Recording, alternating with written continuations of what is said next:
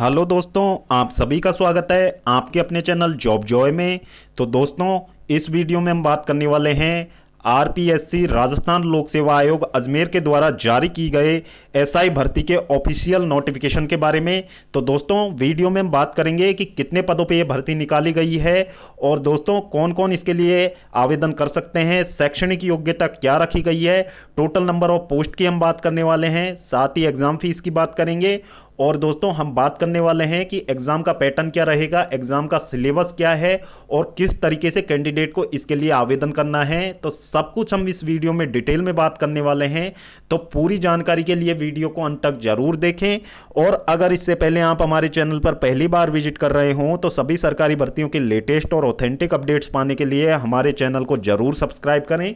साथ ही bell icon को भी प्रेस कर लें जिससे आने वाली वीडियोस की नोटिफिकेशन आपको समय पर मिलती रहे। तो दोस्तों, हाल ही में राजस्थान लोक सेवा आयोग अजमेर की तरफ से एक विस्तृत नोटिफिकेशन यहाँ पे निकाला गया है जो कि आपका 20 नवंबर की डेट में जारी किया गया था। तो दोस्तों, ये आपका जो आरपीएससी की तरफ से ये नोटिफिकेशन निकाला गया है, ये सब इंस्पेक्टर टेलीकॉम भर्ती के लिए यहाँ पे निकाला गया है जिसका कि कैंडिडेट काफ़ी समय से इंतजार कर रहे थे।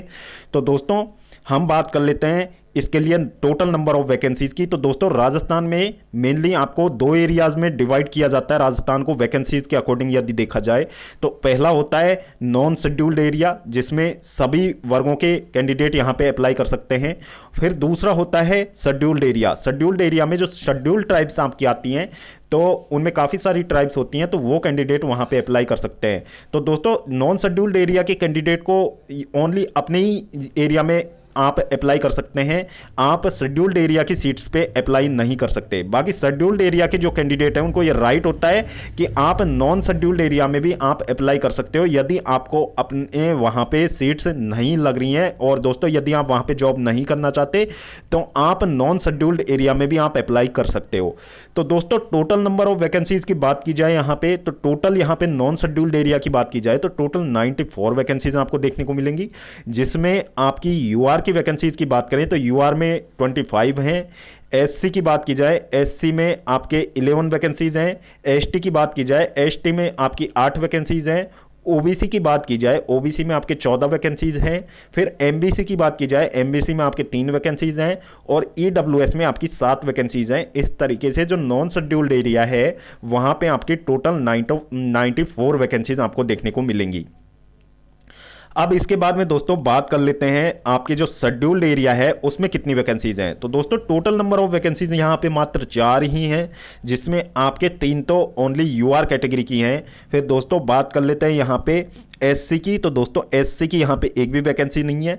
फिर दोस्तों, एसटी की बात करें तो एसटी में आपकी एक वैकेंसी यहाँ पे देखने को मिलेगी। बाकी ओबीसी, एमबीसी और ईडब्ल्यूएस की यहाँ पे वैकेंसीज आती नहीं है।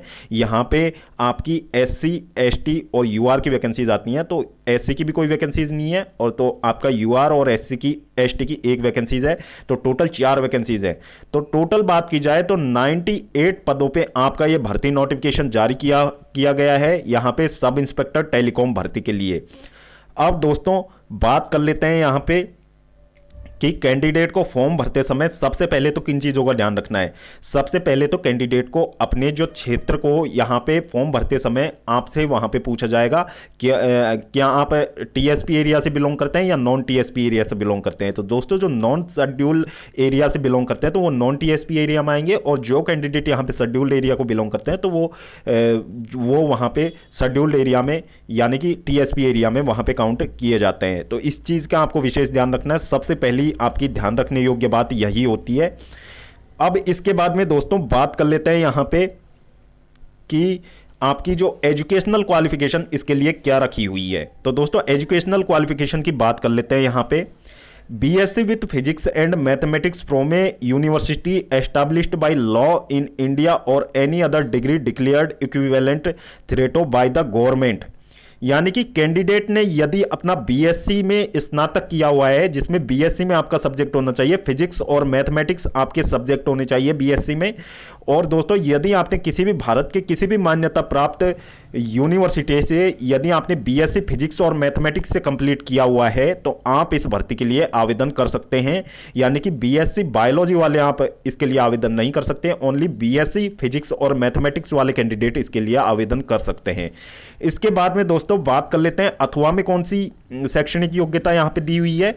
तो दोस्तों बीटेक और equivalent degree in telecommunication, electronics, electrical engineering from a university established by law in India और any other degree declared equivalent thereto by the government.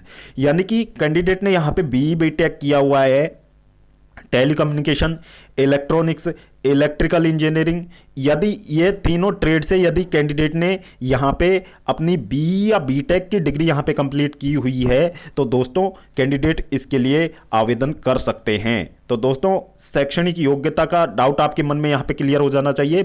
Only BSc physics and mathematics वाले candidate इसके लिए आवेदन कर सकते हैं, साथ ही BTech जिनने टेलीकम्युनिकेशन, इलेक्ट्रॉनिक्स, इलेक्ट्रिकल इंजीनियरिंग में यदि अपना डिग्री यहाँ पे किया हुआ है तो वो इसके लिए आवेदन कर सकते हैं। अब दोस्तों पॉइंट नंबर 2 में यहां पे बात कर लेते हैं कि आपको दूसरी योग्यता आप में क्या होनी चाहिए। तो दोस्तों working knowledge of Hindi written in Devanagari script and knowledge of Rajasthani culture. तो दोस्तों ये चीज़ों का ज्ञान आपको होना अनिवार्य है। आपको हिंदी लिखना, पढ़ना, बोलना आना चाहिए और देवनागरी का भी आपको, देवनागरी जो लिपि होती है उसका थोड़ा बहुत ज्ञान आपको होना चाहिए। साथ ही राजस्थानी कल्चर का भी आपको थोड़ा बहुत नॉलेज होना चाहिए, क्योंकि दोस्तों एग्जाम में भी आपके वहाँ पे क्वेश्चन पूछे जाते हैं, तो इसका नॉलेज होना आपको ज़रूरी है। बाकी यदि आपको स्टार्टिंग में इसका नॉलेज नहीं है तो आप इसकी तैयारी करोगे तो इसका नॉलेज आपको ऑटोमेटिक आ ही जाएगा, तो इसमें कोई बड़ा इशू नहीं है। अब दोस्तों यहाँ पे बात कर लेते हैं कि जो शैक्षणिक योग्यता संबंधी प्रावधान की बात कर लेते हैं। तो यहाँ पे हिंदी में लिखा हुआ है उक्त पदों की अपेक्षित शैक्षणिक अर्हता के अंतिम वर्ष की परीक्षा में सम्मिलित हो चुका या सम्मिलित हो रहा है ऐसा व्यक्ति भी आवेदन करने के लिए पात्र होगा, किंतु उसे आयोग द्वारा आयोजित साक्षात्कार से पूर्व शैक्षणिक अर्हता अर्जित करने का सबूत देना होगा। यानी कि यहाँ पे बात कर लेते हैं तो ऐसे कैंडिडेट हैं जो अभी अपने फाइनल ईयर में हैं और फाइनल ईयर की एग्जाम यदि कैंडिडेट दे चुके हैं, या फिर दोस्तों जिनका एग्जाम अभी लगने वाला है, या फिर जो एग्जाम दे चुके हैं या रिजल्ट का वेट कर रहे हैं, तो ऐसे कैंडिडेट भी इसके लिए आवेदन कर पाएंगे। लेकिन बशर्ते उनको एक चीज यहां पे कंडीशन यहां पे दी गई है कि जब इस भर्ती के एग्जाम होने के बाद में जब इसका लास्ट स्टेज, जब इसका इंटरव्यू यहां पे आयोजित करवाया जाएगा तो वहां पे आपकी शैक्षणिक योग्यता का प्रूफ आपको देना होगा। यानी कि आपका रिजल्ट उससे पहले आ जाना चाहिए, आप उसमें उत्तीर्ण दिखा देने चाहिए, आपको आपका रिजल्ट वहां पे पेश करना होगा। तो दोस्तों ये एक इंपॉर्टेंट न्यूज है। जो कैंडिडेट अभी जो फाइनल ईयर में है, जिनका एग्जाम लग चुका है या एग्जाम चल रहा है। अब दोस्तों वेतन, रनिंग एंड पे बैंड की यहां पे बात कर लेते हैं। तो दोस्तों आपके 42 पे ग्रेड पे ये जॉब रहने वाली है। एक अच्छी खासी आपको यहां पे सैलरी मिलेगी। 4200 पे ग्रेड की ये जॉब है, तो अच्छी खासी वैकेंसीज आपको मिलेगी। और दोस्तों जो एसआई की पोस्ट होती है राजस्थान में काफ़ी ज़्यादा रेपुटेटेड पोस्ट होती है, तो बहुत अच्छी वैकेंसीज है ये सभी कैंडिडेट के लिए। फिर दोस्तों यहाँ पे बात कर लेते हैं एज लिमिट की। तो दोस्तों एज लिमिट यहाँ पे जो मिनिमम एज यहाँ पे रखी है तो दोस्तों 20 वर्ष, और जो मैक्सिमम एज का क्राइटेरिया रखा है वो यहाँ पे 25 वर्ष रखा है। यानी कि कैंडिडेट जिसकी मिनिमम एज यहाँ पे 20 वर्ष है और मैक्सिमम एज 25 वर्ष है, वो इस भर्ती के लिए आवेदन कर सकते हैं। और जो आपकी आयु की गणना की जानी है दोस्तों, तो वो यहाँ पे 1/1/2025 यानी कि 1 जनवरी 2025 को यहाँ पे आधार मान के आपकी आयु की गणना की जाएगी। तो ये चीज़ आपको क्लियर हो जानी चाहिए। आपकी मिनिमम एज 20 होनी चाहिए, मैक्सिमम एज आपकी 25 होनी चाहिए। अब दोस्तों आयु में छूट की यदि हम बात करें तो दोस्तों जो राजस्थान राज्य के अनुसूचित जाति यानी कि एससी, अनुसूचित जनजाति यानी कि एससी, पिछड़ा वर्ग, अति पिछड़ा वर्ग, आर्थिक रूप से कमजोर वर्ग के पुरुषों के लिए यहाँ पे 5 वर्ष का रिलैक्सेशन यहाँ पे दिया जाएगा। फिर दोस्तों यहाँ पे बात कर लेते हैं राजस्थान की अनुसूचित जाति जनजाति अन्य पिछड़ा वर्ग आयोग के आर्थिक रूप से कमजोर महिला वर्ग की यहाँ पे बात करते हैं। ये हमने पुरुष वर्ग की बात की है, पुरुष वर्ग को यहाँ पे 5 वर्ष की छूट यहाँ पे मिलेगी। फिर दोस्तों जो महिला वर्ग है उसको यहाँ पे 10 वर्ष का यहाँ पे छूट का प्रावधान यहाँ पे रखा गया है। फिर दोस्तों जो सामान्य अनारक्षित वर्ग की महिला है, जो यूआर की महिला कैंडिडेट है, वो इसके लिए आवेदन करना चाहती है, तो दोस्तों उनको भी यहाँ पे 5 वर्ष का रिलैक्सेशन यहाँ पे दिया जाएगा। और दोस्तों यूआर के जो मेल कैंडिडेट हैं उनको आयु में रिलैक्सेशन नहीं दिया जाएगा, ओनली महिलाओं के लिए 5 वर्ष का यहाँ पे रिलैक्सेशन दिया जाएगा। इसके अलावा दोस्तों एक्स सर्विसमैन वगैरह कैंडिडेट के लिए भी आप यहाँ पे देख सकते हैं ऑफिशियल नोटिफिकेशन में, जो बाकी जो इंपॉर्टेंट था वो मैंने आपको यहाँ पे क्लियर कर दिया है। अब दोस्तों चयन प्रक्रिया की यहाँ पे बात कर लेते हैं। तो दोस्तों चयन प्रक्रिया आपकी किस तरीके से होने वाली है, यानी कि टोटल सिलेक्शन प्रोसेस की हम बात करें तो दोस्तों आपका जो सिलेक्शन प्रोसेस है उसमें पहले तो आपका लिखित परीक्षा यानी कि आपकी ऑब्जेक्टिव टाइप एग्जाम यहाँ पे कंडक्ट करवाई जाएगी। उसके बाद में दोस्तों कैंडिडेट का पीईटी पीएचटी यहाँ पे कंडक्ट करवाया जाएगा, यानी कि शारीरिक दक्षता परीक्षा यानी कि पीईटी पीएचटी आपका कंडक्ट होने वाला है। एग्जाम में जो कैंडिडेट शॉर्टलिस्ट होंगे तो उनका पीईटी पीएचटी यहाँ पे कंडक्ट करवाया जाएगा। हो सकता है 15 गुना कैंडिडेट को यहाँ पे लिया जाए या फिर 20 गुना कैंडिडेट को लिया जाए, तो उनका यहाँ पे पीईटी पीएचटी कंडक्ट करवाया जाएगा। फिर दोस्तों जो पीईटी पीएचटी यहाँ पे टेस्ट क्लियर करके आएंगे स्टूडेंट्स, उनको यहाँ पे फाइनली इंटरव्यू के लिए यहाँ पे बुलाया जाएगा। इसके लिए इंटरव्यू भी आपका होता है। तो मेनली आपके 3 चरणों में ये एग्जाम कंप्लीट होने वाला है। पहले आपका जो रिटन एग्जाम होगा, उसके बाद में आपका पीईटी पीएचटी टेस्ट होगा, और दोस्तों उसके बाद में आपका इंटरव्यू यहाँ पे आयोजित करवाया जाएगा। और दोस्तों इंटरव्यू के मार्क्स होते हैं वो यहाँ पे रोल अदा करते हैं, ओनली क्वालिफाई नेचर का नहीं होता है। उसमें आपके जो मार्क्स हैं वो वहाँ पे मेरिट में जोड़े जाते हैं। तो ये स्पष्ट रूप से यहाँ पे लिखा गया है कि जो नियम 23 के अनुसार आयोग द्वारा उपयुक्त पाए गए अभ्यर्थियों के नाम राज्य सरकार नियुक्ति प्राधिकारी के अनुशंसित किए जाएंगे, जो लिखित परीक्षा व साक्षात्कार में प्राप्त अंकों के योग के अनुसार मेरिट क्रम में व्यवस्थित होंगे। यानी कि आपका जो मेरिट बनने वाली है वो आपका रिटन एग्जाम और इंटरव्यू के मार्क्स के बेसिस पे आपकी मेरिट यहाँ पे तैयार होने वाली है। अब दोस्तों जो एग्जाम सेंटर है और एग्जाम डेट है वो आपको बाद में यहाँ पे सूचित की जाएगी, अभी किसी भी तरीके की कोई जानकारी नहीं है उसके बारे में। फिर दोस्तों आपका एग्जाम योजना यानी कि एग्जाम आपका किस मोड में यहाँ पे कंडक्ट करवाया जाएगा, तो दोस्तों एग्जाम आपका ऑनलाइन भी हो सकता है, ऑफलाइन भी हो सकता है। बाकी राजस्थान की हम बात बताएं तो राजस्थान में जितने भी अधीनस्थ बोर्ड एग्जाम करवाता है या फिर लोक सेवा आयोग एग्जाम करवाता है तो दोस्तों आपकी ऑफलाइन ही कंडक्ट होती है, और दोस्तों आपका ऑब्जेक्टिव टाइप एग्जाम होने वाला है।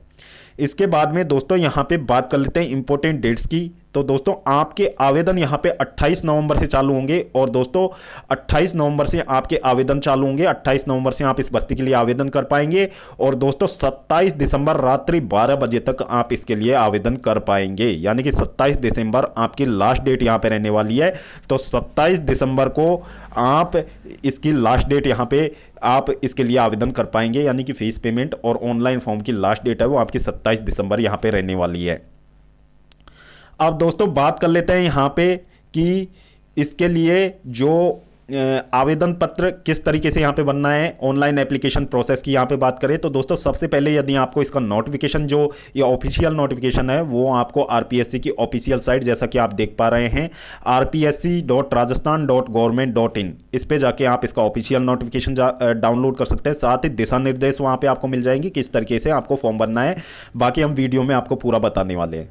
फिर दोस्तों यहाँ पे बात कर लेते हैं कि सबसे पहले तो आपको rpsc.rajasthan.government.in के ऑफिशियल साइट पे जाना है, और वहाँ पे जो आपको अप्लाई लिंक मिलेगा वहाँ पे आप जैसे ही क्लिक करोगे तो दोस्तों वो सीधा आपको जो एसएसओ पोर्टल है उस पर डायरेक्ट ट्रांसफ़र कर देगा। अदरवाइज आप राज एसएसओ की ऑफिशियल साइट पे जाके आप एसएसओ पोर्टल पे आ सकते हैं, वहाँ पे जाके भी आप अपना आवेदन भर सकते हैं। तो दोस्तों जैसे ही आप एसएसओ पोर्टल पे यहाँ पे आएंगे तो उसके बाद में आपको 2 ऑप्शन दिखाई देंगे। यदि आपने पहले कोई फॉर्म भर रखे हैं तो उसके लिए तो आपको सीधा लॉगिन करके अपना फॉर्म यहाँ पे भरना है।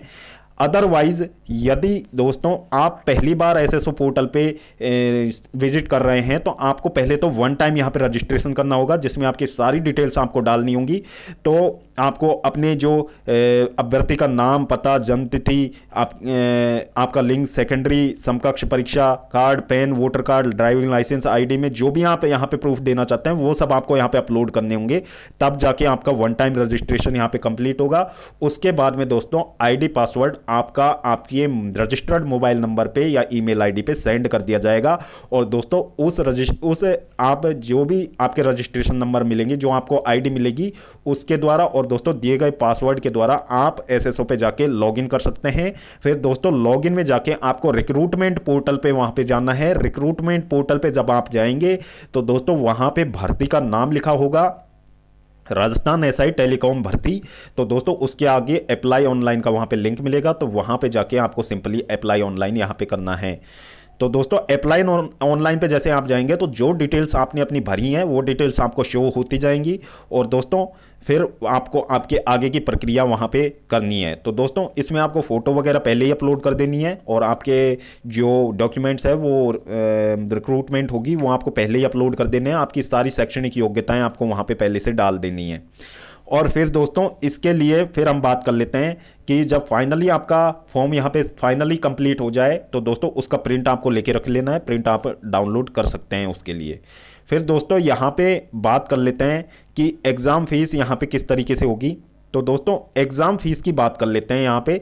तो एग्ज़ाम फीस दोस्तों आप जैसे ही एसएसओ पोर्टल पे यहाँ पे रजिस्टर करेंगे तो दोस्तों उस समय आपको यहाँ पे जो वन टाइम रजिस्ट्रेशन के समय ही आपसे एग्ज़ाम फीस वहाँ पे ले ली जाएगी। उसके बाद आपका जब एक बार एसएसओ पे आप रजिस्टर्ड हो जाओगे उसके बाद में दोस्तों आने वाली भर्तियों के भी फॉर्म आप उसी माध्यम से भर सकते हो। आपको किसी भी तरीके का कोई और शुल्क वहां पे नहीं करना पड़ेगा। वन टाइम रजिस्ट्रेशन के बाद वन टाइम आपका पेमेंट होने वाला है। उसके अलावा आप अन्य भर्तियों में भी डायरेक्ट वहां पे फॉर्म भर सकते हैं। तो दोस्तों इसमें फीस की बात कर लेते हैं। तो दोस्तों यूआर कैंडिडेट यहाँ पे ईडब्ल्यूएस कैंडिडेट के लिए यहाँ पे 600 रुपये यहाँ पे फीस रहने वाली है। और दोस्तों जो यहाँ पे सॉरी ईडब्ल्यूएस नहीं, ओबीसी यूआर कैंडिडेट के लिए यहाँ पे 600 रुपये फीस रहने वाली है। फिर दोस्तों बात कर लेते हैं जो आरक्षित वर्ग है एससी एसटी और दोस्तों जो पिछड़ा वर्ग नॉन क्रीमी लेयर और अति पिछड़ा वर्ग नॉन क्रीमी लेयर की बात करें तो यहाँ पे 400 रुपये उनके लिए फीस रहने वाली है। और दोस्तों जो आर्थिक रूप से कमजोर शहरिया क्षेत्र के जो कैंडिडेट हैं उनके लिए 400 रुपये फीस रहने वाली है। और बाकी जो दोस्तों अदर स्टेट के कैंडिडेट हैं उनके लिए 600 रुपये यहाँ पे फीस रहने वाली है। और जो राजस्थान की यूआर और ओबीसी के कैंडिडेट हैं उनके लिए 600 रुपये फीस रहने वाली है। बाकी एससी एसटी जो राजस्थान के कैंडिडेट हैं उनके लिए 400 रुपये फीस रहने वाली है। और बाकी जो शहरिया क्षेत्र टीएसपी एरिया से आते हैं उनके लिए भी यहाँ पे 400 रुपये फीस रहने वाली है। तो दोस्तों ये फीस का पेमेंट आपको वन टाइम रजिस्ट्रेशन के समय ही कर देना है। तो रजिस्ट्रेशन के समय जब आप फीस यहाँ पे पेमेंट कर दोगे तो उसके बाद में आपको यहाँ पे दोबारा फीस पे नहीं करनी होगी। तो दोस्तों अब इसके एग्जाम प्रोसेस के बारे में हम समझ लेते हैं, एग्जाम पैटर्न किस तरीके से रहने वाला है। तो दोस्तों इसमें आपका एक ही रिटन टेस्ट यहाँ पे कंडक्ट करवाया जाएगा। तो रिटन टेस्ट में आपके 2 सेक्शन होने वाले हैं। तो सब्जेक्ट होंगे उसमें आपके 2। तो दोस्तों उसमें आपके 2 पेपर होंगे। तो दोस्तों पहला होगा आपका जनरल हिंदी का पेपर। तो जनरल हिंदी का पेपर आपका 2 घंटे का रहेगा, 200 क्वेश्चंस आपको वहां पे देखने को मिलेंगे। तो और उसके बाद में जनरल नॉलेज और जनरल साइंस का आपका दूसरा पेपर होने वाला है। तो उसके लिए 2 घंटे का समय आपको देखने को मिलेगा और दोस्तों 200 क्वेश्चन आपको वहां पे देखने को मिलेंगे। अब दोस्तों यहाँ पे जो ध्यान देने वाली बात यह है, candidates who obtain 36% of marks in each paper and 40% in the aggregate shall be deemed to have passed the qualifying examination conducted by the commission or recruitment board as the case may be. The commission shall send the list of such successful candidates up to 20 times the number of vacancies of the basis of merit based on the aggregate marks obtained in the written examination. तो दोस्तों आपको यहाँ पे ध्यान देने वाली बात यह है कि आपको प्रत्येक सेक्शन में जो क्वालिफाई करने के लिए मिनिमम मार्क्स आपको 36% यहाँ पे चाहिए। ये दोनों सेक्शंस में आपको प्राप्त करने होंगे अलग अलग, यानी कि 36% आपको हिंदी में, 36% आपको जनरल नॉलेज में यहाँ पे लाने होंगे। और दोस्तों जो दोनों सेक्शन को मिला के 40 जैसे 400 नंबर का आपका पेपर होगा तो 400 नंबर का 40% यानी कि आपको 160 मार्क्स यहाँ पे लेके आने होंगे। टोटल इसका एग्रीगेट जो मिनिमम क्वालिफाइंग मार्क्स हैं वो 40% होने चाहिए। ये दोनों क्राइटेरिया आपको पूरे करने होंगे। उसके बाद में दोस्तों जो कैंडिडेट शॉर्टलिस्ट किए जाएंगे पीईटी के लिए, तो उनकी संख्या यहाँ पे वैकेंसीज के 20 गुना रहने वाली है। जैसा कि हमने आपको ऊपर बताया था कि 15 या 20 गुना रह सकती है, तो ऑफिशियली यहाँ पे मेंशन किया हुआ है कि 20 गुना कैंडिडेट को यहाँ पे शॉर्टलिस्ट किया जाएगा जो आपके पीईटी पीएचडी टेस्ट देने वाले हैं। तो दोस्तों 20 गुना कैंडिडेट को यहाँ पे शॉर्टलिस्ट किया जाने वाला है। बाकी फिर बात कर लेते हैं कि एग्जाम में आपको किस किस चीज़ का ध्यान रखना है। तो दोस्तों एग्जाम में आपको जो ऑप्शन देखने को मिलेंगे, जो आपका मल्टीपल चॉइस क्वेश्चन होगा ऑब्जेक्टिव टाइप, तो 5 ऑप्शन आपको वहाँ पे देखने को मिलेंगे। और दोस्तों आपको यहाँ पे ब्लू बॉल पॉइंट पेन का यहाँ पे यूज़ करना है, क्योंकि आपका एग्जाम ऑफलाइन होने वाला है। और दोस्तों पेन आपको खुद से लेके जाना है। अब दोस्तों it is mandatory to fill 1 option for each question. तो दोस्तों ओएमआर में आपको वहां पे 5 ऑप्शन वहां पे दिए जाएंगे। यदि आपको क्वेश्चन नहीं भी आता है तो दोस्तों उसमें आपका 5वां ऑप्शन इसी से रिलेटेड होगा कि आपको क्वेश्चन नहीं आता है, आप इसको स्किप कर रहे हैं, तो उस पर आपको गोला काला करना ही होगा। अदरवाइज आप ऐसा नहीं करते हो तो दोस्तों आपको ऑटोमेटिकली डिस्क्वालीफाइड कर दिया जाएगा। आपको गोला तो वहां पे भरना ही पड़ेगा। अब दोस्तों इसके बाद में बात कर लेते हैं, अब यहाँ पे बात कर लेते हैं, सॉरी मैंने आपको थोड़ा सा गलत बता दिया। यदि आपने वहाँ पे यदि ओएमआर शीट में यदि आपने सर्किल नहीं किया है, डार्क सर्किल नहीं किया है, तो दोस्तों आपको 1/3 यहाँ पे नेगेटिव मार्किंग आपकी काटी जाएगी यदि आपने उसको छोड़ दिया है तो।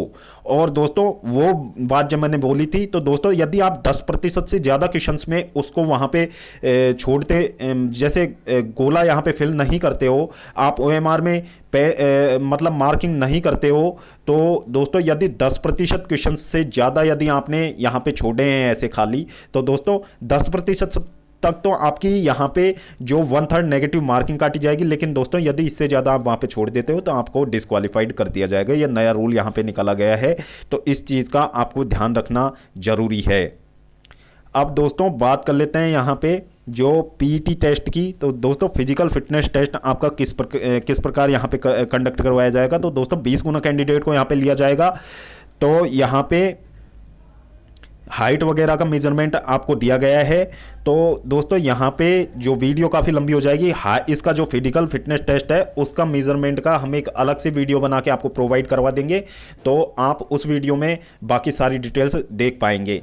तो दोस्तों इस वीडियो में फिलहाल इतना ही। वीडियो पसंद आई हो तो वीडियो को लाइक करें और अपने दोस्तों के साथ जरूर शेयर करें। और अगर इससे पहले आप हमारे चैनल पर पहली बार विजिट कर रहे हों तो सभी सरकारी भर्तियों की लेटेस्ट और ऑथेंटिक अपडेट्स पाने के लिए हमारे चैनल को जरूर सब्सक्राइब कर लें। साथ ही बेल आइकन को भी प्रेस करें, जिससे आने वाली वीडियोज़ की नोटिफिकेशन आपको समय पर मिलती रहे।